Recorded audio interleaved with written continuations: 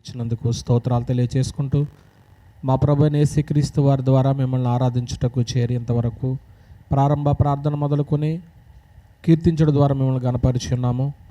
ఈ సమయంలో సందేశం వినుటకు సిద్ధపడుతూ ఉన్నాం. తండ్రి, మా అందరి ఆత్మీయ జీవితాలకు భౌతిక జీవితాలకు అవసరమైన మీ మాటలు మాకు అందించండి. నిలవబడి ఉన్న మీ దాసుడైన నన్నును సమయోచితమైన జ్ఞానముతో నింపి దేవా గ్రంథ పరిధిలో సంగతులు ఆలోచన చేయటానికి కృప అనుగ్రహించమని తండ్రి, అన్ని వేళలా మమ్మల్ని మేము తగ్గించుకుంటూ మీ ఘనమైన నామాన్ని హెచ్చిస్తూ మీ ప్రియ కుమారుడును మా ప్రభువైన యేసుక్రీస్తు వారి యొక్క అతి పరిశుద్ధమైన నామములో ప్రార్థించి వేడుకొనుచున్నాం మా ప్రియ పరలోకపు తండ్రి, ఆమేన్. కూర్చోండి.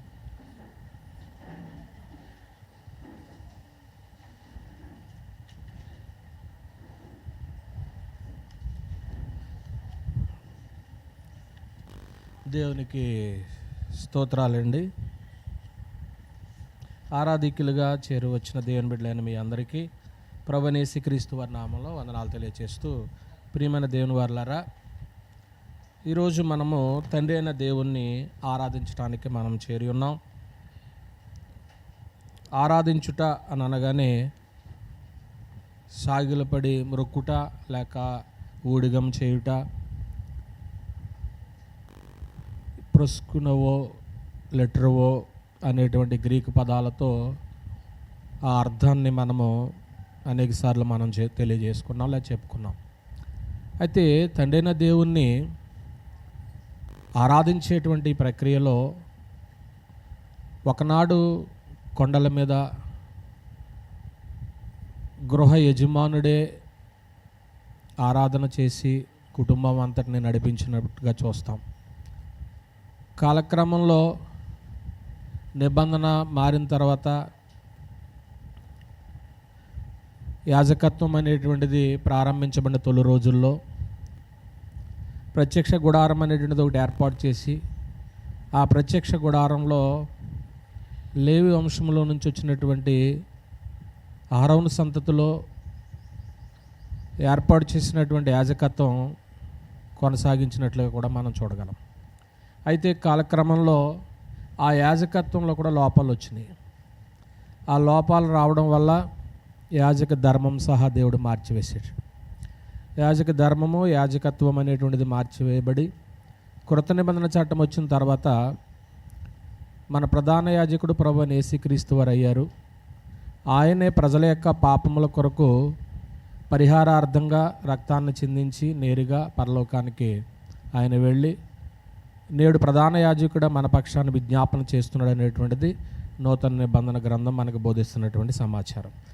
అయితే తండ్రైన దేవుణ్ణి ఆరాధించేటువంటి ప్రతి ఆదివారము కూడా ఆయనకున్నటువంటి స్థితి ఏంటో మనం గుర్తించి దేవుణ్ణి ఆరాధన చేయాలి. ఈరోజు మనము మీ ముందు రాయబడినటువంటి అంశం ప్రకారంగానే ఆలోచన చేయబోతూ ఉంటాం. తండ్రి అయిన దేవుణ్ణి ఏం చేస్తున్నారంటే తక్కువ చేసి మాట్లాడుతూ ఉంటున్నారు. ఇంకా బాగా మనము ఆ పదాన్ని ఆలోచన చేయాలంటే దేవుణ్ణి అవమానించేటువంటి కార్యాలు జరుగుతున్నాయి. అవి ఎలా జరుగుతున్నాయి అని మనం ఆలోచన చేస్తే, దేవునికి ఇవ్వాల్సినటువంటి గౌరవం ఇవ్వకోకుండా లేక ఆయనను ఆరాధించవలసిన విధానంలో ఆరాధించుకోకుండా చేస్తున్నప్పుడు ఆయన అవమానించినట్లు అవుతుంది.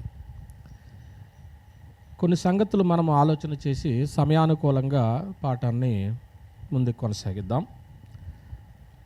బైబిలు పరిశుద్ధ గ్రంథము ప్రారంభం నుంచి కూడా దేవుడు ఒక తండ్రిగా మనకి పరిచయం చేసింది గ్రంథం. మళ్ళా చెప్తున్నాను, దేవుడు ఒక తండ్రి. మన ప్రభువైన యేసుక్రీస్తు కూడా తండ్రి ఆయన. అది ఎలా తండ్రి అయ్యాడనేటువంటి సమాచారం ఈ పాఠంలో మనం చెప్పుకోలేం, కానీ ఆయన తండ్రి, మనందరికీ తండ్రి.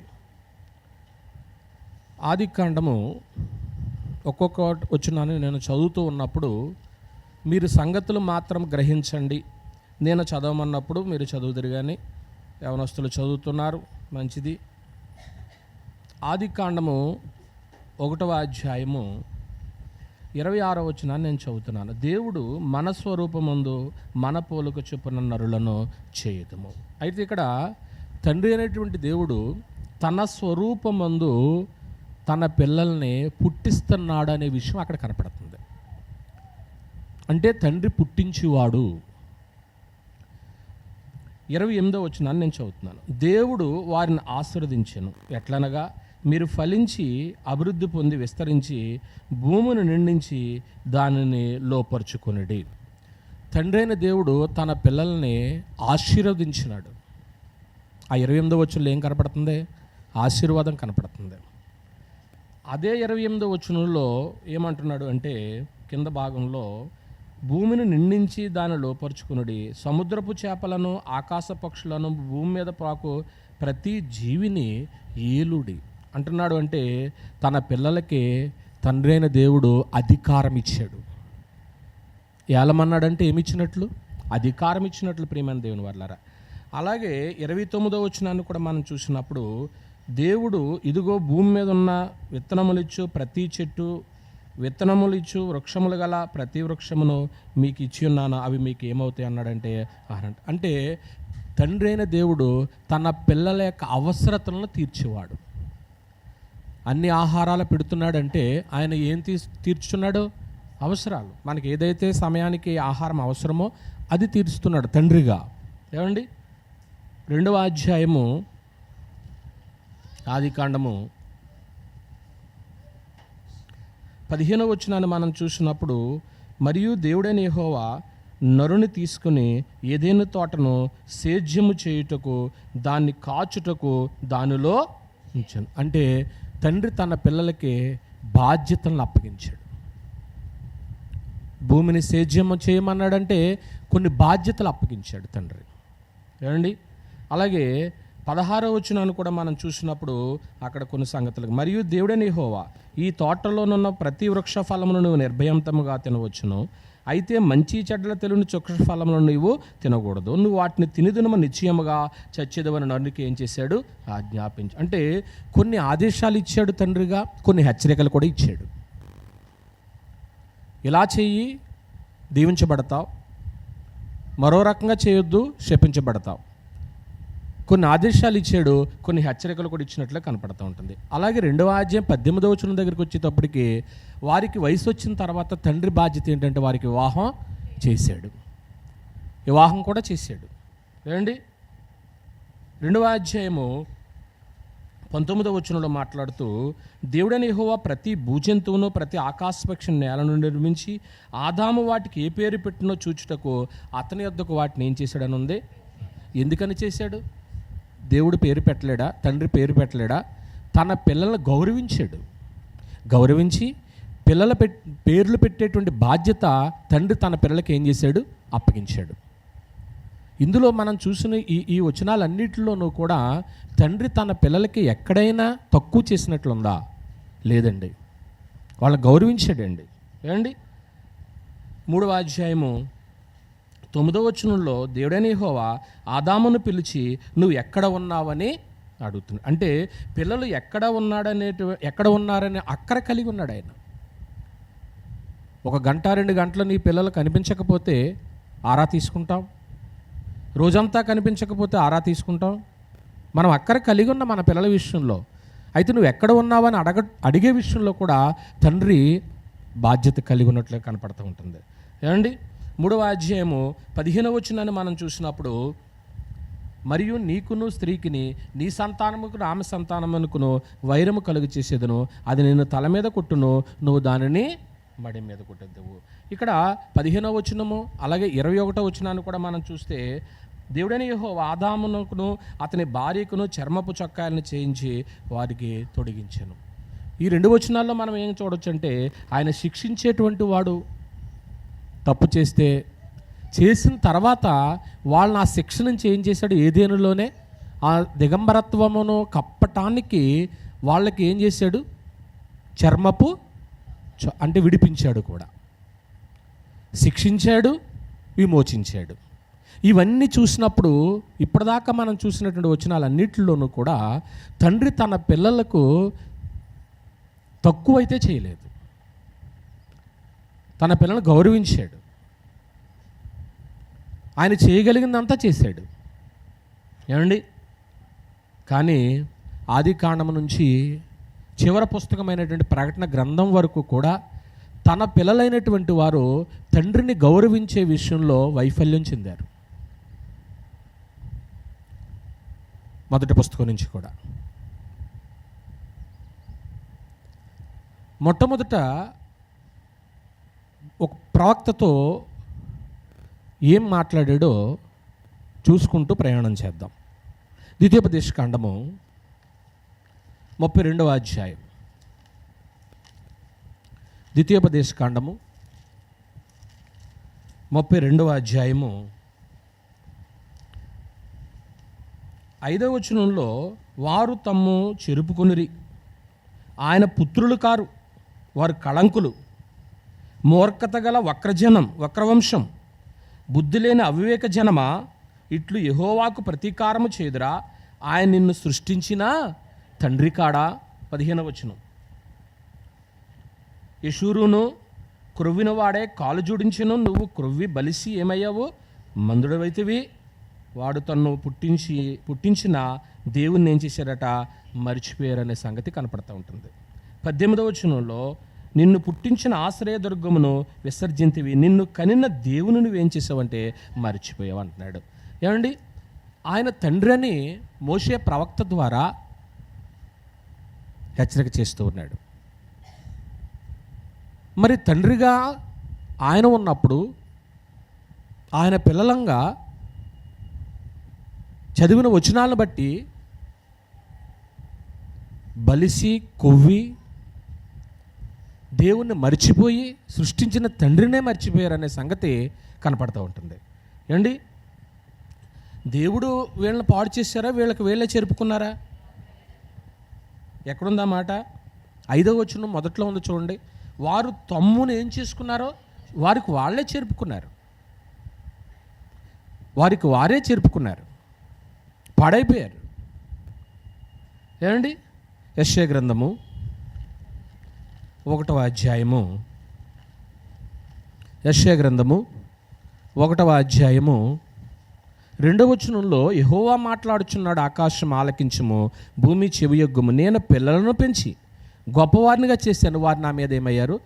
అక్కడ మోషే ప్రవక్త ద్వారా బాధపడుతున్నట్లుగా చూసాం.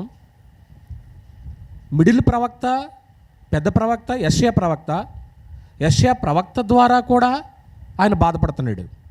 నేను పిల్లలను పెంచాను, వాళ్ళని గొప్పవాళ్ళుగా కూడా చేశాను, వాళ్ళకి ఏ తక్కువ చేయలేదు, కానీ వాళ్ళు నా మీద ఏమయ్యారంటే తిరగబడ్డారు. ఇక చివరి ప్రవక్త అనే అనకూడదు, కానీ అంటే ఆయన తర్వాత ఇంకో ప్రవక్త వచ్చాడు కాబట్టి. అయితే మలాకీ ప్రవక్త ద్వారా ఏమన్నాడో చూద్దాము.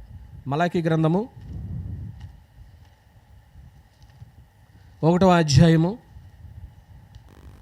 మలాకీ గ్రంథము 1వ అధ్యాయము 6వ వచనంలో, కుమారుడు తన తండ్రిని గణపరచును గదా, దాసుడు తన యజమాని గణపరచును గదా, నా నామము నిర్లక్ష్యపెట్టి యాజకులారా, నేను తండ్రినైతే నాకు రావలసిన ఘనత ఏమాయను, నేను యజమానునైతే నాకు భయపడేవారు ఎక్కడ అని సైన్యములకు అధిపతి యెహోవాని అడుగుచున్నాడు. ప్రియమైన దేవుని పిల్లలారా, ఇక్కడ పూర్వకాలపు ప్రవక్త అయినటువంటి మోషే గారి ద్వారా దేవుడు చెప్పిన మాట ఏంటంటే, మిమ్మును మీరు ఏం చేసుకున్నారో చెరుపుకున్నారు, నేనేం చెరపలే.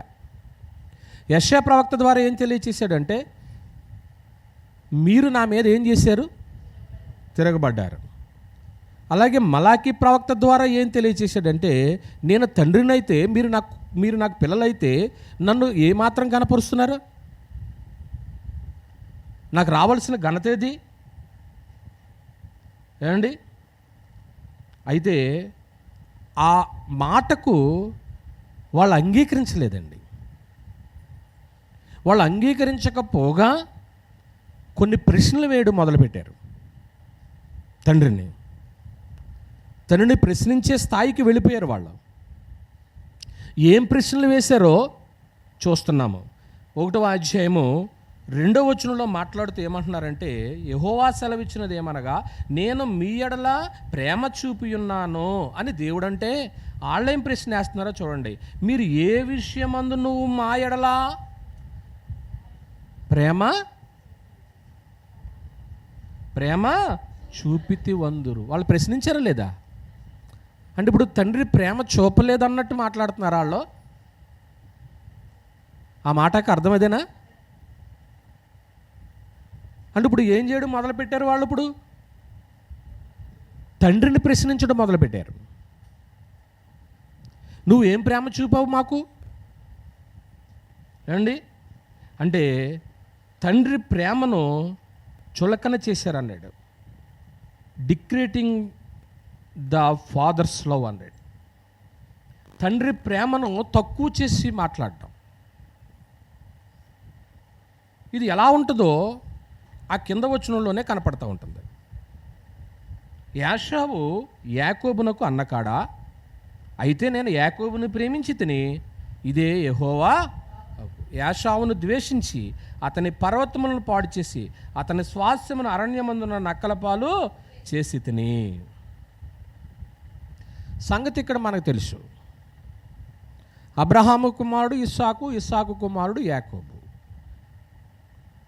ఇస్సాకుకు దృష్టిలోపం వచ్చింది. పెద్ద వయసు వచ్చిన తర్వాత తన పిల్లలను ఆశీర్వదించటానికి సమయం ఆసన్నమైనప్పుడు యాషావును నువ్వు వేటాడి నాకు మాంసం తీసుకురామన్నప్పుడు మందలో నుంచి 2 మేకపిల్లలను తీసుకొచ్చి వంట సిద్ధం చేసేసాడు. తల్లి చేసింది రెబెక్కా. యాకోబు తల్లి ప్రేమించింది. తల్లి యొక్క హితోపదేశంతో పరిస్థితులు తారుమారైనవి. అయితే ఇక్కడ యాకోబు మోసం చేశాడా తండ్రిని? యాషావు మోసం చేశాడా?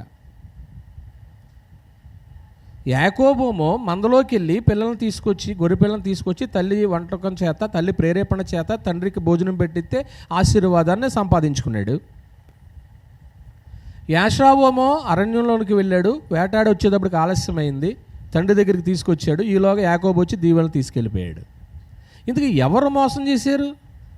యాకోబు మోసగాడయ్యాడా? యాషావు మోసగాడయ్యాడా?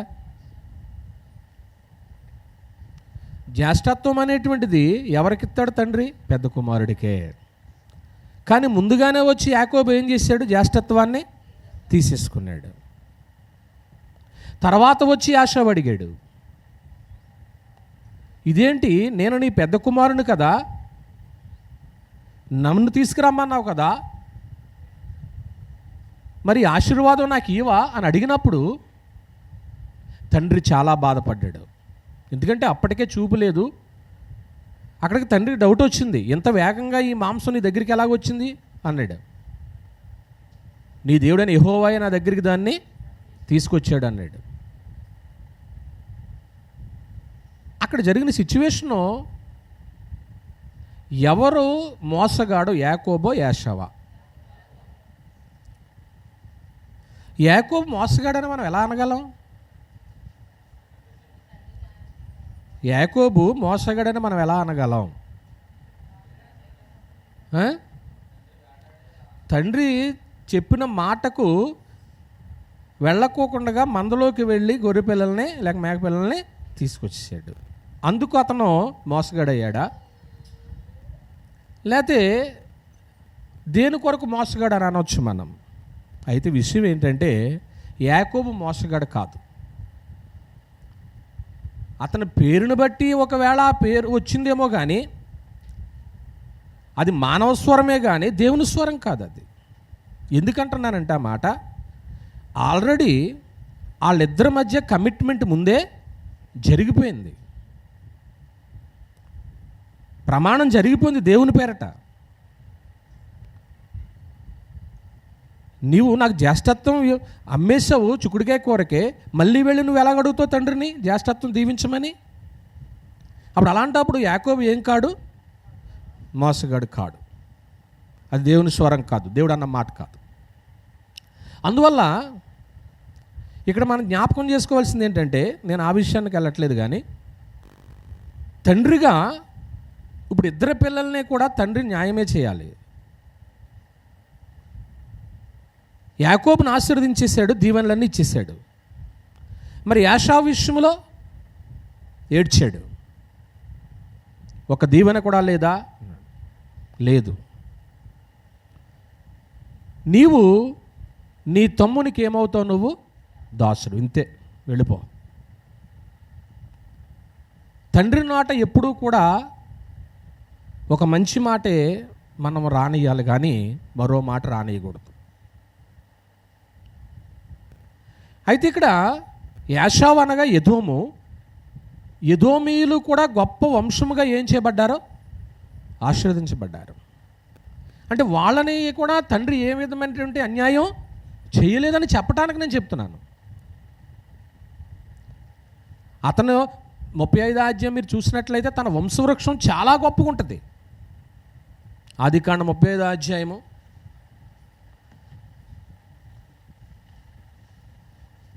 ఆదికాండం 36 ఎదోము అను యాషావు వంశావళి ఇదే.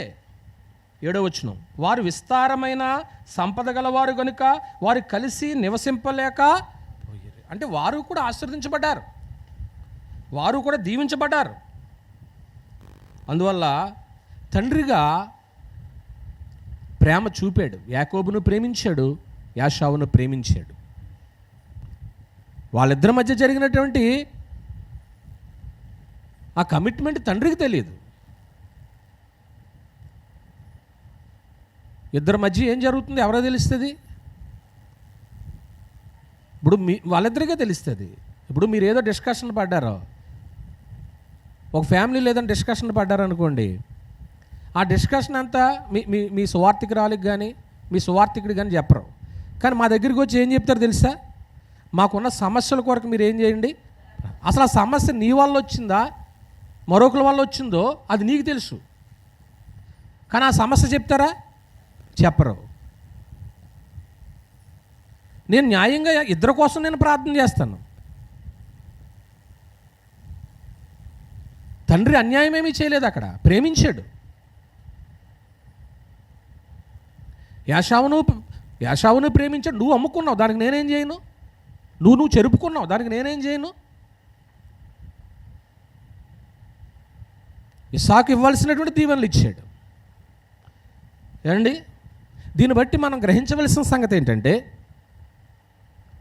తండ్రిగా ఆయనే మొదట మనల్ని ప్రేమించాడు. యోహాను సువార్త 15వ అధ్యాయము 16వ వచనాన్ని మనం చూసినప్పుడు, మీరు నన్ను ఏర్పరచుకొనలేదు, మీరు నా పేరట తండ్రిని ఏమడుగుదురో అది ఆయన మీకు అనుగ్రహించినట్లు అన్నాడు. మీరు నన్ను ఏర్పరచుకోలేదు, నేనే మిమ్మల్ని ఏర్పరచుకున్నాను. అందువల్ల మనల్ని దేవుడు ఏర్పాటు చేసుకున్నాడు. నువ్వు కావాలని ఆయన కోరుకున్నాడు, నేను కావాలని ఆయన కోరుకున్నాడు. ఇది జగత్తు పునాది వేయబడక మునిపే ఆయన మనకు కావాలని కోరుకున్నాడు. కాబట్టి మనం ఏమి అతిశయపడవలసిన వీల్లేదు ఇందులో. ఈవేళ నీవు నేను బైబిల్ పట్టుకుని దేవుని ఆరాధన చేస్తున్నామంటే మనం అతిశయించవలసిన వీల్లేదు. కారణం ఏంటంటే దేవుని ఆలోచనలో నువ్వు నేను ఉన్నాం, సంకల్పంలో ఉన్నాం. అందుకే ఇక్కడ కూర్చుని దేవుని ఆరాధన చేస్తున్నాం. ముందుగానే ఆయన ఏం చేసుకున్నాడో మనం కావాలని కోరుకున్నాడు, ఏర్పాటు చేసుకున్నాడు. చదవద్దు కానీ రిఫరెన్స్ రాసుకునే వాళ్ళు రాసుకోండి. ఎఫెసీయులకు రాసిన పత్రిక 2వ అధ్యాయం 8-9 వచనాలు రాసుకోండి. అయితే ఇక్కడ దేవుడు ఏర్పాటు చేసుకున్నాడు కదండి, మనం అందరం ఆయన పిల్లలమే కదా, ఇంకెందుకండి ఈ సువార్త, ఇంకెందుకండి ఈ ఈ ఈ ఈ యొక్క రక్షణ కార్యక్రమాలు ఇవన్నీ అనే ప్రశ్న రావచ్చు. కానీ ఒక కండిషన్ పెట్టాడు. యోహాను సువార్త 1వ అధ్యాయము 12వ వచనంలో, యోహాను సువార్త 1వ అధ్యాయం 12వ వచనంలో ఉన్న మాట ఏంటన్నట్లయితే, తన్ను ఎందరు అంగీకరించిరో, 1వ అధ్యాయం 12వ వచనంలో, తన్ను ఎందరు అంగీకరించిరో వారికి అందరికీ, అనగా నామం అంటే అధికారం. ఆయన యేసుక్రీస్తు ప్రభు వారిని ఆయన హెచ్చించాడు కాబట్టి, ఆయన నామములో రక్షణ ఉంది కాబట్టి, ఏ నామములోనూ రక్షణ లేదు కాబట్టి, అన్ని నామముల కంటే పైనామము కాబట్టి ఆయనది, ఆ నామము కింద, ఆ అధికారము కింద, యేసు కింద ఎవరైతే వస్తారో ఆయన నామమందు విశ్వాసం ఉంచు వారికి దేవుని పిల్లలగుటకు చూసారా, ఆయన అధికారం ఇచ్చాడు. కనుక మనం కావాలని ఆయన ముందుగా కోరుకున్నమాట వాస్తవమే. జగత్తు పునాది వేయక ముందుగా మనం నిర్మించుకున్నమాట వాస్తవమే. కానీ ఈ లోకానికి వచ్చిన తర్వాత నేను దేవుని కుమారుడినే కుమార్తెనే అనుకోకూడదు. యేసు నామమందు ఏముంచాలి? విశ్వాసం ఉంచాలి. ఈ లోకంలో చాలా నామాలు ఉన్నాయి. ఆ నామములో రక్షణ లేదు. పేరులో ఏమున్నది అని అనుకుంటారు, కానీ పేరులో ఉంది. పేరు అంటేనే అధికారం. సంఘంలో ఏముందిలేండి, ఈ సంఘం ఏదైతే ఏంటండి అని అనుకోవచ్చు. పేరు అనేటువంటిది చాలా ప్రాముఖ్యం. పేరే అధికారానికి సంబంధించింది. బాప్తిసం పొందేటప్పుడు అంటాడు, తండ్రి యొక్కయు కుమారుని యొక్కయు పరిశుద్ధాత్మ యొక్కయు నామములోనికి అంటాడు. నామం అంటే అధికారం. అందువల్ల వాళ్ళు అంటున్నటువంటి ప్రశ్న ఏంటంటే, మలాకీ గ్రంథం 1వ అధ్యాయంలో మీరు చదివారు, తండ్రి అడిగాడు, నేను తండ్రినైతే కుమారుడిగా మీరు నాకు ఎటువంటి ఘనతనిస్తున్నారో అన్నప్పుడు వాళ్ళ ప్రశ్న ఏమడిగారో తెలుసండి? ఏ విషయమందు నువ్వు మా ఎడల ప్రేమ చూప. ఇప్పుడు చెప్పండి, దేవుడు ఏ విషయంలో ప్రేమ చూపలేదు? అలాగ అందాం.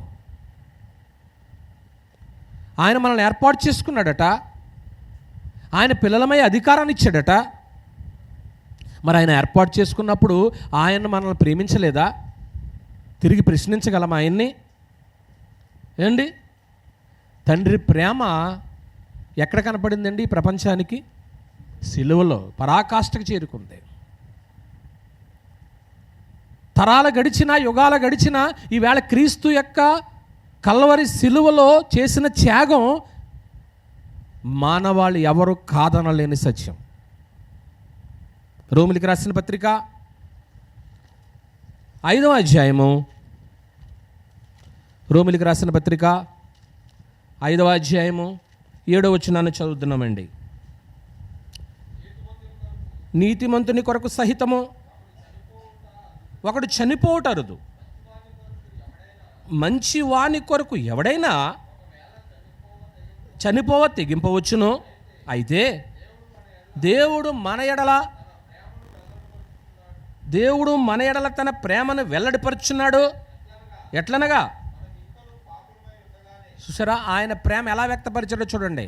మనం ఇంకనూ పాపులమై ఉండగానే, అదండి ఆయన ప్రేమ. దేవుని ప్రేమ ఎక్కడ కనపడిందండి? కల్వరి సిలువలో కనిపించింది. తన సొంత కుమారుని సిలువ వేయించేసాడండి. తండ్రి అధికారం ఇవ్వకపోతే తండ్రి కుమారుని చెయ్యి వదలకపోతే ఎవరేం చేయలేరండి. అదండి ఆయన ప్రేమ. కానీ వాళ్ళు అంటున్న మాట ఏంటండి? వాళ్ళు వేసిన ప్రశ్న ఏంటండి? నీవు మాయడలా ఏం ప్రేమను చూపావు? అదేనా ప్రశ్న? ఇప్పుడు అక్కడే నడుస్తుంది ఇప్పుడు ప్రసంగం.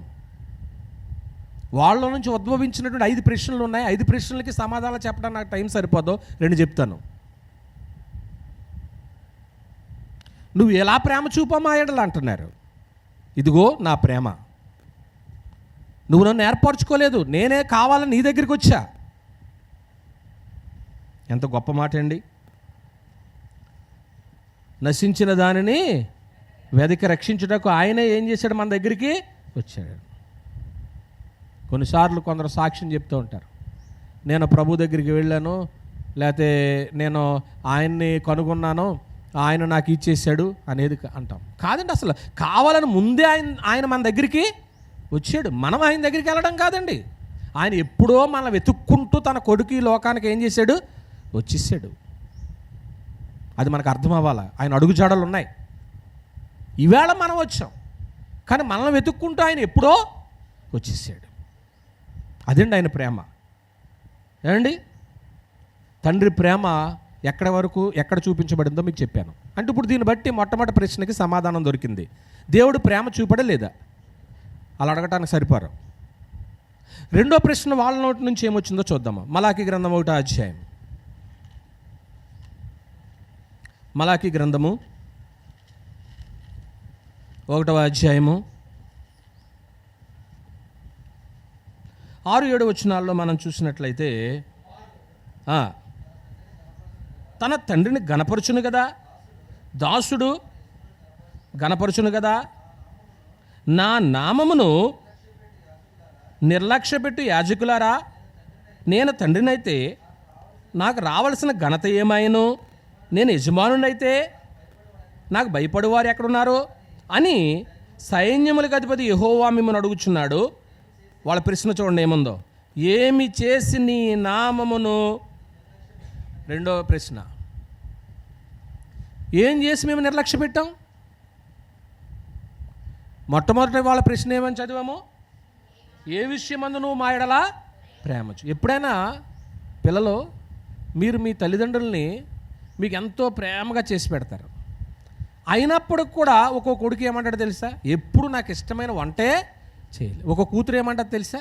నాకు ఇష్టమైన పదార్థాలు ఎప్పుడూ చేయాలి. ఏంటి రోజు చేసినా నాకు ఇష్టమైన డ్రెస్ ఎప్పుడూ కొనలేదు అంటారనరా? అంటే ఇప్పుడు ఇంతకీ ప్రేమ ఉన్నట్టే లేనట్ల మీ పిల్లల మీద? వాళ్ళ ఉద్దేశంలో ఏంటి? లేనట్లు. మన ఉద్దేశంలో ఏంటి? ఉన్నట్లే. ప్రేమ అనేటువంటిది పదే పదే నువ్వంటే ప్రేమ, నువ్వంటే ప్రేమ, నువ్వంటేనే ప్రేమ చెప్పలేము. నీ కొడుకంటే ప్రేమ ఉన్నదనుకో, నువ్వు ఆ కొడుక్కి చేయవలసింది ఏదో చేస్తావు, కూడగట్టి దాచిపెట్టి ఏదో చేస్తావు. కూతురంటే ప్రేమ ఉందనుకోండి, చెప్పుకోకుండా దాచిపెడతావు ఏదోటి. తగిన సమయం వచ్చినప్పుడు అమ్మ ఇదిగో నీ కొరకు నేను దాచాను. కూతుర్లో ఉన్నటువంటి తల్లులందరూ కూతురు ఎప్పుడు వస్తుందా? దాత్తారు మూట కట్టి. ఆమె వచ్చిన తర్వాత ఎవరికి కనపడుకోకుండా జాత పట్టుకెళ్ళిపో అంటారనరా? నేటికి జరుగుతాయి. ఇది కొడుకు తెలిసి ఏమంటాడు చెప్పండి? అదిగో చూసారా, సమాజంలో చూడట్లేదు మనం. అన్నీ చెల్లికే ఇచ్చేస్తుంది. ప్రియమైన దేవుని పిల్లలారా, ఆడపిల్లలు కదా, వాళ్ళకి ఏదో ఒకటి, వాళ్ళకు కూడా ఆశ ఉంటుంది. మా పుట్టింటికి వెళ్తే ఏదో ఒకటి ఏం చేయాలా తెచ్చు. ఏంటో మరి వీళ్ళు తెచ్చుకుని ఆనందపడితే పర్వాలేదండి. ఆ వస్తువు మీద పదే పది ఇది మా అమ్మగారింటికి తెచ్చాను, మా అమ్మగారింటికి తెచ్చాను అన్నాం అనుకో, అప్పుడు ఈ యజమానికి ఎలా ఉంటుంది? మరి నీ యజమాని సంపాదించేది లేదా? ఉంది కదా. కనుక ప్రియమైన దేవుని పిల్లలారా, ప్రేమ చూపలేదంటున్నారు, కానీ తండ్రి ఏం చూపాడు? ప్రేమ. రెండో ప్రశ్న వాళ్ళ నోటి నుంచి ఏమొస్తుందండి? ఏమి చేసి నీ నామమును మేమో నిర్లక్ష్య పెట్టితిమి. తండ్రి నామాన్ని నిర్లక్ష్య పెట్టడం ఇది కొన్ని విధాలుగా కనపడుతుంది. ఎలాగో చెప్తాను మీకు. ఎలాగో అంటే 1వ అధ్యాయం మలాకి గ్రంథము 1వ అధ్యాయము 8వ వచనాన్ని మనం చూసినప్పుడు, గుడ్డిదాన్ని తీసుకుని బలిగా అర్పించినలా అది దోషము కాదా? కుంటిదానినైనను రోగము గలదానినైనా అర్పించినది దోషము కాదా? అట్టి వాటిని నీ అధికారికి నీవు ఇచ్చినలా అతడు నీకు దయచూపున నిన్ను అంగీకరించినా అని సైన్యములకు అధిపతిగా యెహోవా నిన్ను అడుగుచున్నాడు. ఇక్కడ సంగతి ఏంటంటే, నిర్లక్ష్యం అనేది ఎలా జరుగుతుందో చెప్తున్నాను.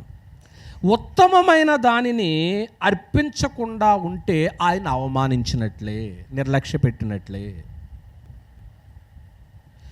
శ్రేష్టమైనది, ఉత్తమమైనది దేవునికి అర్పించమన్నాడు.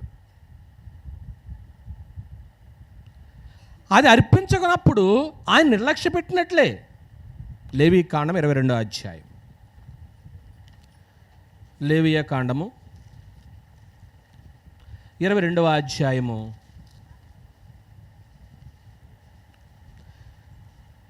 17వ వచనములో, మరియు యెహోవా మోషేకి ఇలాగ సెలవిచ్చెను, అహరోనుతోనూ అతని కుమారులతోనూ ఇశ్రాయేలు తినట్లనము, ఇశ్రాయేలు ఇంటి వారిలోనే కానీ ఇశ్రాయేల్లో నివసించే పరదేశంలోనే కానీ ఎవడు యెహోవాకు దహన బలిగా స్వేచ్ఛార్పణను మొక్కుబడులను అర్పించునో వాడు అంగీకరింపబడినట్లు గోవులలో నుండి అయినను మేకల్లో నుండినో దోషము లేని 21వ వచనంకి చివరి భాగంలో అంగీకరింపబడినట్లు దోషము లేనిదే.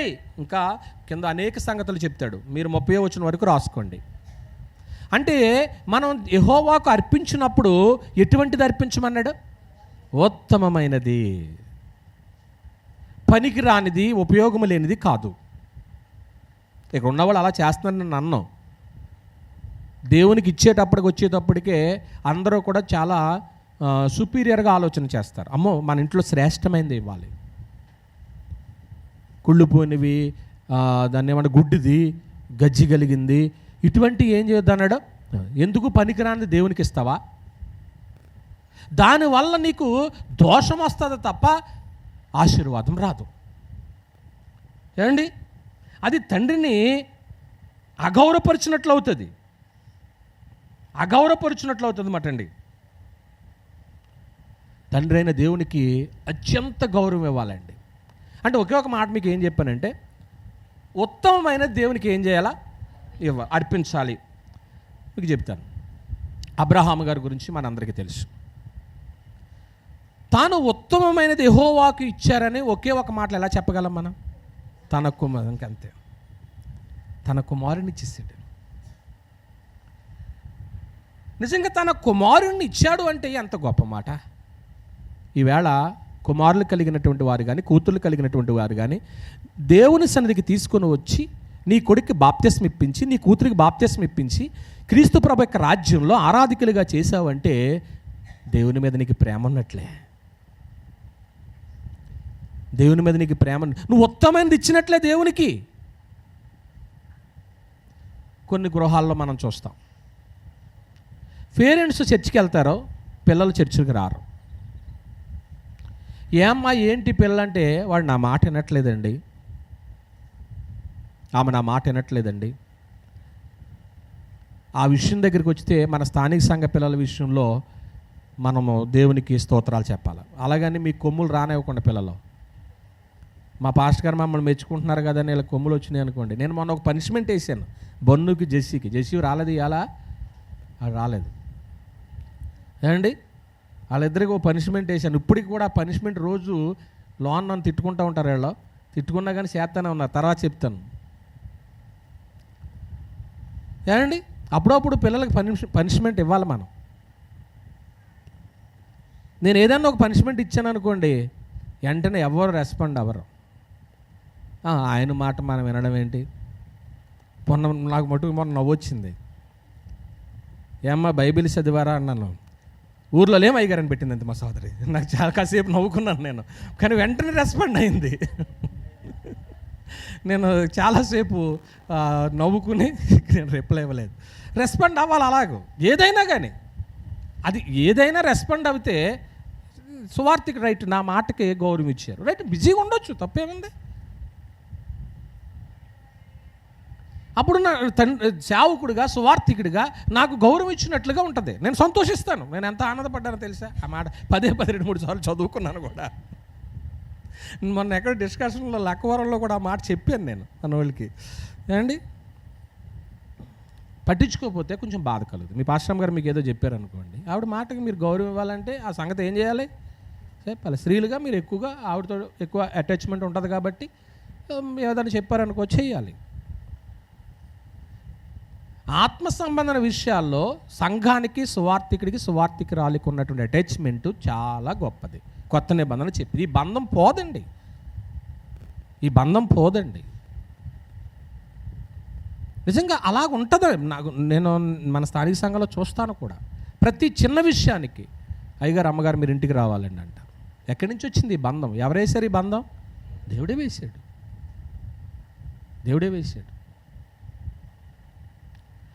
అప్పుడు మమ్మల్ని గౌరవించినట్లుంటుంది. ఉత్తమమైన దేవునికి ఇవ్వడం, అందరిలో ముందు కూర్చోబెడతావు, అందరిలో ముందు నిలబెడతావు, అందరిలోనూ ఫస్ట్ ప్రైజ్ ఇస్తావు. అబ్రహాము గారు తన కొడుకుని ఇచ్చేసాడంటే ఉత్తమమైనది ఇచ్చినట్లేనా? ఇచ్చే టైంలో ఏమన్నాడండి అబ్రహాము, ఇందును బట్టి నువ్వు నాకు భయపడుతున్నావని నేను తెలుసుకున్నాను, ఆ కుమారుడి మీద ఏమేయద్దు, కత్తి వేయద్దు. నాకు తెలిసిపోయింది నువ్వు ప్రేమగా శ్రేష్టమైనది ఇచ్చేసావని నాకు తెలిసిపోయింది. నిజంగా శ్రేష్టమైనది ఇచ్చాడంటానికి ఇంకోటి కూడా మనం ఆలోచిస్తే, కనీసం వెళ్ళేటప్పుడు ఏం తీసుకెళ్ళలేదు యెహోవాకు బలి ఇవ్వటానికి గొర్రె పిల్లని తీసుకెళ్ళాలిగా. అంటే ఇప్పుడు గొర్రె పిల్ల కంటే శ్రేష్టమైనది ఏది చెప్పండి? ఇప్పుడు మన ఇంట్లో శ్రేష్టమైనది ఏదో మీకు తెలుసు. విలువైనది ఏదో మనకు తెలుసు, కానీ విలువైనది యెహోవాకు మనం అర్పిస్తే ఆయన మనం నిర్లక్ష్య పెట్టినట్లు కాదు. అందుకే ఎవరో భక్తుడు కూడా రాశాడు, నీకిష్టమైనది కావాలి దేవునికి, బలి అర్పణ కోరలేదు దేవ్. చాలండి, ఇష్టమైన దేవునికి ఇవ్వాలి. ఒక మాట ఇక్కడ అంటే పాజిటివ్ చెప్పాను కాబట్టి కొంచెం నెగిటివ్ కూడా చెప్పడానికి, మనసులో పెట్టడానికి ఆలోచిస్తున్నాను. ఉత్తమమైనది దేవునికి ఇస్తావా, ఉత్తమమైనది నీ కొడుకు పెడతావా? ఖచ్చితంగా చెప్పండి, అబద్ధాలు చెప్పకండి. అప్పుడు ఎవరిని తక్కువ చేసావు?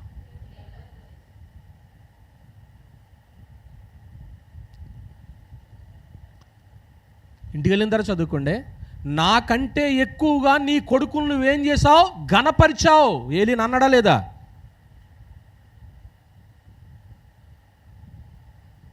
నాకు రావాల్సిన ఘనత నీ కొడుకులకి ఇచ్చావు. నన్ను ఘనపరచు వారిని నేను ఏం చేస్తానో ఘనపరుస్తాను. నీ భార్యను ప్రేమిస్తున్నావా? సెకండరీ. నీ భర్తను ప్రేమిస్తున్నావా? తర్వాతే. నీ పిల్లలను ప్రేమిస్తున్నావా? తర్వాతే. దేవుని తర్వాతే. ఉత్తమమైనది, శ్రేష్టమైనది దేవునికి ఇవ్వాలి. రిఫరెన్స్ చేసుకోండి. సమూయేలు మొదటి గ్రంథము 2వ అధ్యాయము 29-30 వచనాలు మనం చూసినట్లయితే అక్కడ ఏలి తన పిల్లల్ని ఎక్కువ ప్రేమించాడండి. ఉత్తమమైనటువంటిది. ఓకే, శుక్రవారము జాలుగుంటలో ఒక మంచి సంగతి చెప్పాను. ప్రార్థించుటకు తీరికే లేదనేటువంటి చిన్న అంశంలో ఒక మాట జ్ఞాపకం చేశాను అన్నమాట. ఉత్తమమైనటువంటి సమయము ఎవరికి ఇవ్వాలి? దేవుని. రోజులో ఉత్తమమైనటువంటి సమయం ఎప్పుడండి? ప్రాతకాలం. యేసు ప్రభు వారు ప్రజలందరూ వచ్చేసి మీద పడిపోతుంటే ఆయన ప్రార్థన చేసుకుంటానికి టైం లేక ఎప్పుడు ప్రార్థన చేసుకునేవాడు తెలుసా? ప్రాతకాలం, తెల్లవారుజామున ప్రార్థన చేసుకుని. ఇక్కడ తెల్లవారుజామున ప్రార్థన చేసుకునే అలవాటు ఎంతమందికి ఉందో చేయొత్తని చూస్తాను ఒకసారి. తెల్లవారుజామున ప్రార్థన చేసుకునే అలవాటు ఎంతమందికి ఉందో చేయొత్తని చూస్తాను. 1, 2, 3, 4. మిగిలినటువంటి వారు ఈవేళ నుంచి అయినా ప్రారంభించండి బాబా. తెల్లవారుజాముని ప్రాతకాలంలో ఏం చేసుకోవాలి? ఉత్తమమైన టైం అది. తెల్లవారుజాముని మీరు పెళ్ళికి వెళ్ళాలనుకో ఏం చేస్తారా? అంతకంటే ఉత్తమమైనది ప్రార్థన కదా. టైంలో రోజంతా 24 గంటల్లో కూడా మనం మింగేయాలంటే ప్రాతకాలం ఉత్తమమైన టైం ఎవరికి ఇవ్వాలా? దేవునికి ఇవ్వాలి. పిల్లలు మీరు ప్రార్థన చేసుకుంటున్నారా? తెలంగాణ అమ్మాయి ప్రార్థన చేసుకున్నా బావా? ఇవాళ చేసుకున్నావా? మీ డాడీని మీ అమ్మగారిని అడుగుతాను, రోజు చేసుకుంటున్నారా లేదు? పిల్లలు మీరు అందరూ ప్రార్థన చేసుకుంటున్నారా? సాత్విక్ గారు మీరు ప్రార్థన చేసుకుంటున్నారా? ఇవాళ చేసుకున్నారా? అది వచ్చి చూసారా, ఇవాళ చేసుకోలేదట. అంటే దోపచాలతో చేసుకోరా? వాళ్ళ అమ్మ నాయన మంచి భక్తిలో పెంచాలని పిల్లలకు ప్రార్థన భక్తి నేర్పుతున్నారు. ఏమండి, మంచిది, పిల్లలకు నేర్పాలి. మన ఉత్తమమైనటువంటి నిధి, నిక్షేపం అంటాం కదా, దాచినది. నువ్వేదైతే దాచావో అందులో ఉత్తమమైనటువంటిది ఎవరికి ఇవ్వాలా? దేవునికి. అదే పరిమళ వాసన వస్తుంది ఆయనకి. ఏదో పనికిరానిది ఇచ్చేస్తే ఆయనకి పరిమళ వాసన రాదండి. ఇంపైన సువాసన ఆఘ్రాణించి, అందులో పవిత్ర పశువులన్నింటిలోని ఇచ్చాడు అంటుంది కదా అరారాత్ కొండ మీద. ఉత్తమమైనది దేవునికి ఇవ్వాల్సిన అవసరం ఉంది. ఇంకా జీవితకాలం ఉత్తమమైనటువంటిది ఎలా అంటారంటే 25 సంవత్సరాల నుంచి 40 సంవత్సరాల వయసు మట్టుకు మంచి యంగండి. ఎవరైనా సునాయాసంగా పరిగెలెట్టేస్తారో, బరువులు ఎత్తేస్తారో, ఏది చెయ్యాలన్నా చేస్తారు. ఏమండి, వెనకాల ఉన్నారు యోధులు 40 బిలో వాళ్ళు, మా వాళ్ళు. ఇక్కడికి వచ్చి నిలబడితే నేను వెనకాల నవ్వుకుంటాను తెలుసా. వాళ్ళు పాట పాడినప్పుడు మా పిల్లలు వచ్చి పాట పాడుతుంటే చాలా చక్కగా నాకు సంతోషం. అది సన్నీ బాగా తయారు చేశాడు వాళ్ళని. కొన్నిసార్లు హెచ్చరికలు ఇస్తున్నప్పుడు పిల్లలు స్వీకరించండి. రేపొద్దున్న ఆయనే మీ ప్రీచర్ కాబట్టి మీ అన్న ఏది చెప్తే అది వినండి. మేము ఏదో కొన్ని సలహాలు చెప్తాం, పెద్దలు రంగారావు గారు మేము అండి. నెక్స్ట్ జనరేషన్ ఆయనదే కాబట్టి సాయి ఎలా చేయాలి, తరుణ్ ఎలా చేయాలి, తేజ్ ఎలా చేయాలి, రాజు ఎలా చేయాలి, చింటు ఎలా చేయాలి అని చెప్పినప్పుడు వాళ్ళ అన్నయ్య ఎలా చెప్పాడని ఖచ్చితంగా ఏం చేయాలి, అంతే దీవించబడతాం. మీ దీవెనలు చూస్తాం మేము ఏమండి. ప్రియమైన దేవుని పిల్లలారా, 25 నుంచి 40 సంవత్సరాల వయసు, అబ్బా ఏమండి, ఆ 40 సంవత్సరాల వయసు కూడా దేవుడికి ఇచ్చేస్తే ఉత్తమమైన వయసు ఎవరికి ఇచ్చినట్టు? రైట్. లేదు అయ్య గారు 50, 60 వచ్చాక అప్పుడు గుడిలోకి వస్తానులేండి, అప్పుడు పళ్ళు ఊడిపోతాయి, చూపు కనపడదు, మోకరించి ప్రార్థన చేయలేము, దేవుని కోసం పాటలు పాడలేము, అప్పుడు వయసు ఇస్తావా దేవుడికి? అది ఉత్తమమైన వయసేనా? నా మాటలు అర్థమవుతలేదు మీకు? నిజంగా యవ్వనంలో మన పిల్లలకి దేవుడు అంటే ఏంటో పరిచయం చేసాం, వాళ్ళకి సత్యం అంటే ఏంటో తెలిసాం, దాకా చేసాం. దాదాపుగా నేను అంటాను 18, 19 సంవత్సరాలు వచ్చేటప్పటికి రక్షణ పొందండి, దేవునికి ఆ వయసు ఇచ్చేయండి, మంచి వయసు ఇచ్చిన వాళ్ళు అవుతారు. దేవుని నిర్లక్ష్య పెట్టిన వాళ్ళం కాం మనం ఏమండి. ఇంకా 40 తర్వాత అంతా కూడా చెప్పండి ఎలా ఉంటుంది చెప్పండి, అనుభవించే వాళ్ళు చెప్పండి. శరీర బాధ, ఏదో ఒక బాధ వస్తుంది రాదా, ఏదో ఒక బాధ. పాపం 3 దాకా బస్సు రాలేదంటే అక్కడే ఉన్నారు, తినదంతా అరిగిపోయింది మా వాళ్ళకి. అన్నీ బాధలే శరీరానికి అన్నీ బాధలే. ప్రియమైన దేవుని పిల్లలారా, ఆలోచన చేయండి. ఇక్కడ ఒక మాట చెప్పేసి నేను ముగింపుకు రావడానికి ప్రయత్నం చేస్తాను. అతి శ్రేష్టమైనటువంటిది, ఉత్తమమైనది ఎవరికి ఇవ్వాలి? దేవునికి ఇవ్వాలి కదండి. యేసుక్రీస్తు ప్రభు వారు తండ్రికి తనను తానే ఏం చేసేసుకున్నాడు? అదండి ఆయన. హెబ్రీ పత్రిక 9:14 ఇంటికి వెళ్ళిన తర్వాత చదువుకోండి. తనను తానే అప్పగించుకున్నాడు. తండ్రి, నేను నీకు శ్రేష్టమైన వాడిని, నా జీవితమే శ్రేష్టమైనది అని ఆయన అప్పగించేసుకున్నాడండి. ఏమండి ప్రియమైన దేవుని వారలారా, ఇప్పుడు ఈ దేవుని నామాన్ని నిర్లక్ష్య పెట్టేటువంటి కార్యక్రమంలో ఒకటి చెప్పాను, ఉత్తమమైనది ఏం చేయాలో దేవునికి అర్పించు. రెండోది, ఈలోక ఆశీర్వాదాల కొరకే దేవుణ్ణి సేవించకూడదు, దేవుణ్ణి ప్రార్థించకూడదు. ఎలాగో చెప్పేసి యోహాను సువార్త 6వ అధ్యాయం, యోహాను సువార్త 6వ అధ్యాయము తీసుకున్నారా? 23వ వచనాన్ని మనం చూసినప్పుడు, అయితే ప్రభు కృతజ్ఞతాస్తులు చెల్లించినప్పుడు వారు రొట్టె భుజించే చోట నాకు దగ్గరనున్న తిబిరేయ నుండి వేరే దోణిలో చిన్న దోణిలో వచ్చాను. కాబట్టి యేసు ఆయన శిష్యులను అక్కడ లేకపోవట జనసమూహం చూచినప్పుడు వారు ఆ చిన్న దోణులెక్కి యేసును వెతుకుచు కపెర్నహూమునకు వచ్చిరి. సముద్రపు అద్దరిని ఆయన కనుగొని, బోధకుడు నువ్వు ఎప్పుడెక్కడికి? ఎవరిని ఎత్తుక్కుంటూ వచ్చారు వీళ్ళు? ఎందుకు వచ్చారు? ఇలా చూడండి, చెప్పొద్దు, బైబిల్ చూడొద్దు, బైబిల్ చూడకుండా చెప్పాలా. యేసు ప్రభువుని ఎత్తుక్కుంటూ ఎందుకు వచ్చారు? కొన్ని ప్లేసులు ఉంటాయండి, మీకు తెలిసిన ప్లేస్లే. బాగా చెప్పావు, సమాధానం మంచిది. ఇప్పుడు కొన్ని ప్లేసులు చెప్తానే. గౌరీపట్నం ఎందుకు వెళ్తారు? గుడి కొట్టించుకుంటా కానండి. గుణదలు ఎందుకు వెళ్తారు? ఏదైనా మొక్కుంటే వెళ్తారా వెళ్ళరా? అసలు వాస్తవానికి అక్కడికి ఏం చేయకూడదు, మనం మొక్కుకూడదు, అవసరం లేదు. ఇప్పుడు కొన్ని ప్లేసులకి కొన్ని పర్పస్ మీద వెళ్తారు. యేసు ప్రభుని ఎత్తుక్కుంటా ఎందుకు వచ్చారు వాళ్ళు తెలుసా? శాంతి చెప్పి, ఈయన ఎక్కడికి వెళ్ళినా కానీ ప్రసంగం చేస్తాడో, చేసిన తర్వాత ఏం పెడతాడో.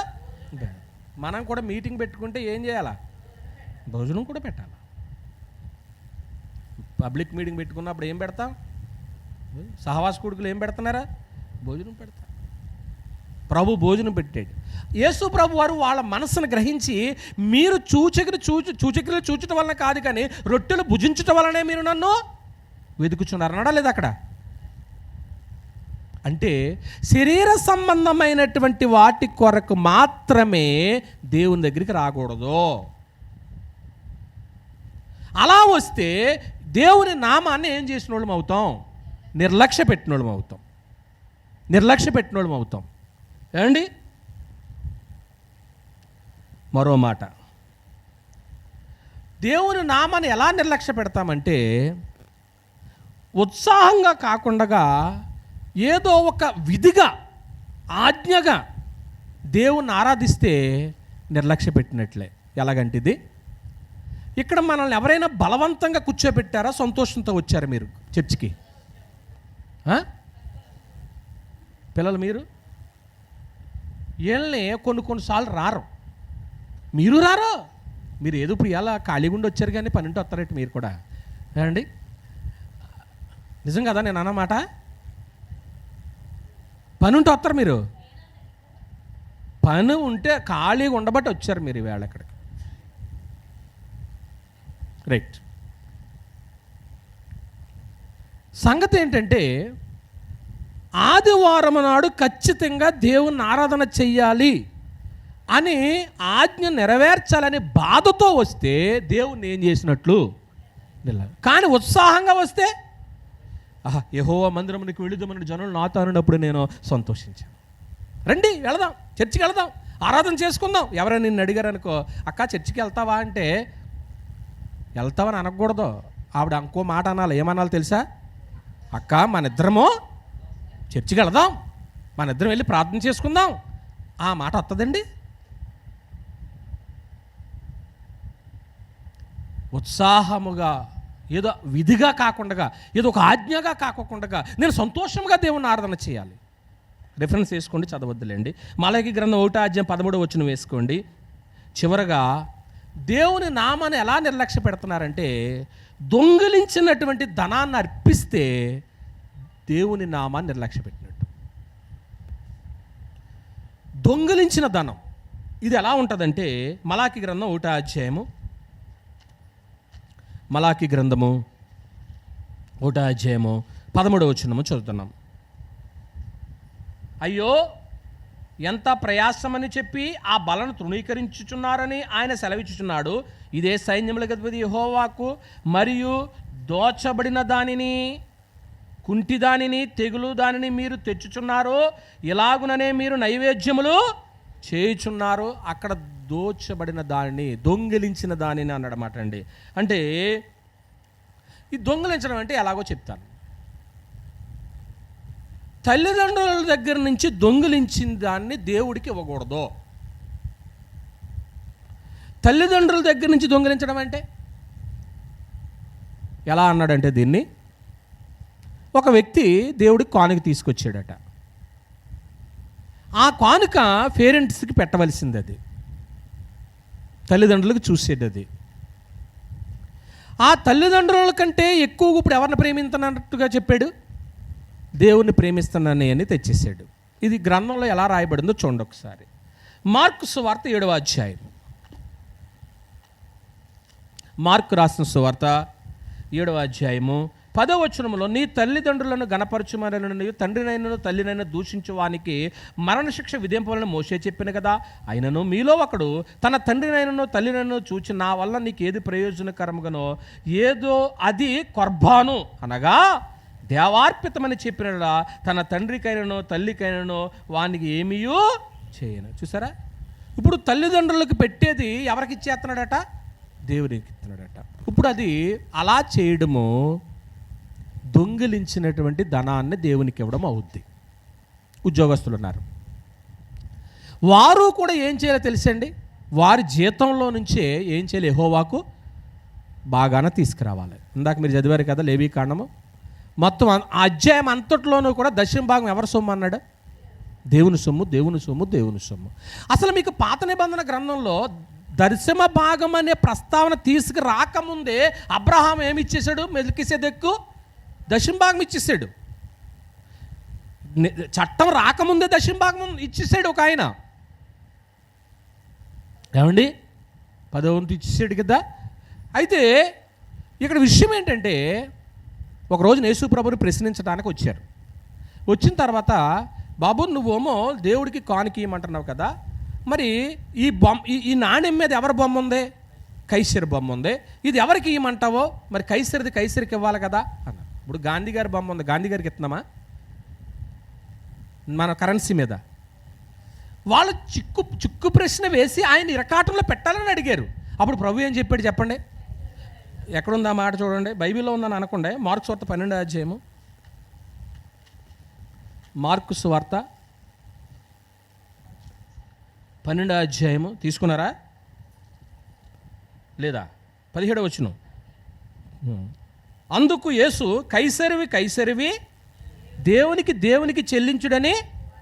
చూసారా? ఈవేళ మొన్న మీకు బుధవారం నాడు ఏ వాక్యం చెప్పాను గుర్తుందా? ఎంతమంది దగ్గర బ్లాక్ మనీ ఉందో దొరికిపోరు కదా ఆ రోజు. ఇప్పుడు కైసరికి ఇవ్వాలి చెప్పండి, దేవునివి దేవుని. ఇప్పుడు దేవునికి ఒక్కొక్కకుండా ఉంటే ఆయన నామాన్ని ఏం చేసిన వాళ్ళం అవుతామండి? నిర్లక్ష్య పెట్టిన వాళ్ళం అవుతాం. మరో మాట చెప్పేస్తాను ఏంటంటే, కొందరు లాటరీ టిక్కెట్లు కొంటారు. ఆ లాటరీ టిక్కెట్ల వల్ల కొన్ని డబ్బులు కొన్నిసార్లు వస్తూ ఉంటాయి. అది ఆ ధనంతో సంపాదించినటువంటిది, లేక అది శ్రమ పడకుండా వచ్చిందా, శ్రమ పడుతూ వచ్చిందా? అది కూడా దేవుడికి ఇవ్వటానికి వీల్లేదు. నువ్వు కష్టపడింది సంపాదించుకుని కష్టాజితంలో నుంచి దేవుని భాగం దేవునికి ఇచ్చి, అప్పుడు దేవుని నామాన్ని ఏం పెట్టినోళ్ళం కాదు, మనం నిర్లక్ష్య పెట్టినోళ్ళం కాదు. కృత నిబంధన కాలం వచ్చిన తర్వాత శ్రేష్టమైనది వర్ధుల కొలది అని చెప్పేశాడు. అసలు మనకున్న ఆస్తి అంతట్లోనూ కూడా మనం ఎవరమో తెలుసా? సొంత దారులమైతే కాదు, మనము కేవలం ఎవరమో గృహ నిర్వాహకులు. మరి గృహ నిర్వాహకులు మరి మనం తండ్రి అయిన దేవుణ్ణి ఈరోజు ఆరాధించడానికి వచ్చినటువంటి మీరు కానివ్వండి, నేను కానివ్వండి, ఈరోజు మనం ఏమి నేర్చుకున్నాం అన్నట్లయితే, తండ్రిగా ఆయన చేసినటువంటి పని ఏంటి? ఆయన ఎక్కడైనా కానీ మనకు ఏదైనా చిన్న లోటు చేశాడా? మనల్ని పుట్టించడం లోటా? పుట్టించిన తర్వాత ఏం చేశాడు? ఆశీర్వదించడం లోటా? ఆశీర్వదించిన తర్వాత మనల్ని ఏలమని చెప్పాడు, అధికారం ఇచ్చాడు, అది లోటు చేశాడా? అధికారం ఇవ్వడమే కాదు, మనల్ని ఏం చేశాడు? ఆశీర్వదించాడు. తర్వాత బాధ్యతలు అప్పగించాడు, ఆదేశాలు ఇచ్చాడు, పెళ్లి చేశాడు, పిల్లలను గౌరవించి పేర్లు పెట్టమన్నాడు. ఏమిటండి అది?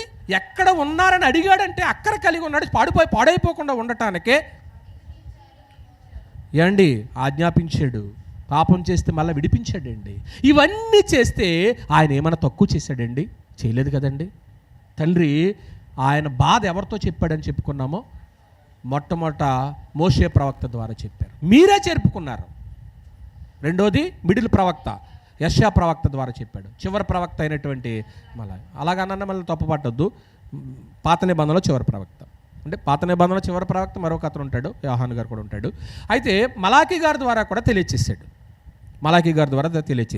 కనుక ప్రియమైన దేవుని పిల్లలారా, ఇక్కడ దేవుడు అడుగుతుంటే వారు వేసిన ప్రశ్నలు 2 ప్రశ్నలే మీ దగ్గర తీసుకొచ్చాను. ఒకటి ఏంటంటే, ఏ విషయం అందు నీవు మాయడలా ప్రేమ? తప్పు అడక్కో. నిజంగా తండ్రి ప్రేమ చూపడా లేదా? యాషావును ప్రేమించాడు చెప్పండి, యాకోబును కూడా ప్రేమించాడు. మనము కావాలని దేవుని దగ్గరికి రాలేదు, ఆయనే మనల్ని వెతుక్కుంటూ వచ్చాడనే సంగతి జ్ఞాపకం చేశానండి. తండ్రి ప్రేమ ఎక్కడ కనపడింది తెలుసా? కల్వరిలో కనిపించిందని చెప్పుకున్నాం. రెండో ప్రశ్న తీసుకొచ్చాను. రెండోది ఏంటంటే, ఏమి చేసిన ఈ నామమును మేము నిర్లక్ష్య పెట్టడం అంటే ఉత్తమమైన దేవునికి ఇవ్వకపోతే తండ్రిని ఏం చేసినట్లు? నిర్లక్ష్య పెట్టినట్లే. కేవలము ఈ లోక సంబంధన ఆశీర్వాదాల కోసం దేవుని దగ్గరికి వస్తే దేవుని నిర్లక్ష్య పెట్టినట్లే. మూడవది, ఉల్లాసముగా కాకుండా సంతోషంగా కాకుండా బాధతో దేవుని ఆరాధన చేస్తే ఆయన ఏం పెట్టినట్టు? నిర్లక్ష్య పెట్టినట్లే. చివరగా దొంగిలించినటువంటి ధనాన్ని దేవునికి ఇస్తే ఆయన ఏం చేసినట్టు? నిర్లక్ష్య పెట్టినట్లే. కానీ చివరికి ఈ మాట చదివి ప్రార్థన చేస్తున్నాం. యెషయా గ్రంథం 64వ అధ్యాయం, 64వ అధ్యాయము, యెషయా గ్రంథము 64వ అధ్యాయము, యెషయా గ్రంథము 64వ అధ్యాయము 8వ వచనాన్ని మనం చూసినప్పుడు, యెహోవా అంతే. ఆయన మనకేమై ఉన్నారండి? తండ్రి అయి ఉన్నారు. మేము జిగటమన్ను, నువ్వు మాకు కుమ్మరి వాడవు, మేమందరము కూడా నీ చేతి పని. కనుక తండ్రిగా ఆయన గౌరవిందాం, ఆయన ఆరాధిద్దాం. ఆయన అవమానించి ఆయన తక్కువ చేయకొద్దు. ఏ విషయంలో తక్కువ చేస్తున్నారు కొన్ని సంగతులు మీకు చెప్పాను. ప్రభు చిత్తమైతే మరి కొన్ని సంగతులు మరో సందర్భంలో మీ ముందు ఉంచడానికి ప్రయత్నం చేస్తాను. గౌరవించి దేవుని దీవెనలు పొందుదాం. ఈ మాటలు బట్టి నన్ను హెచ్చరించుకుంటూ వీళ్ళందరూ హెచ్చరిస్తూ ఇంతటితో ముస్లిం అందరికీ వందనాలు. ప్రార్థన చేసుకుందాం. పరమందు సింహాసనాసనుడైన మా తండ్రిగా మిమ్మల్ని చులకన చేయకోకుండా మిమ్మల్ని గణపరచాలి, కానీ నిన్ను అవమానించే కార్యాలు 2 సంగతులు నీ పిల్లల ముందు ఉంచాను.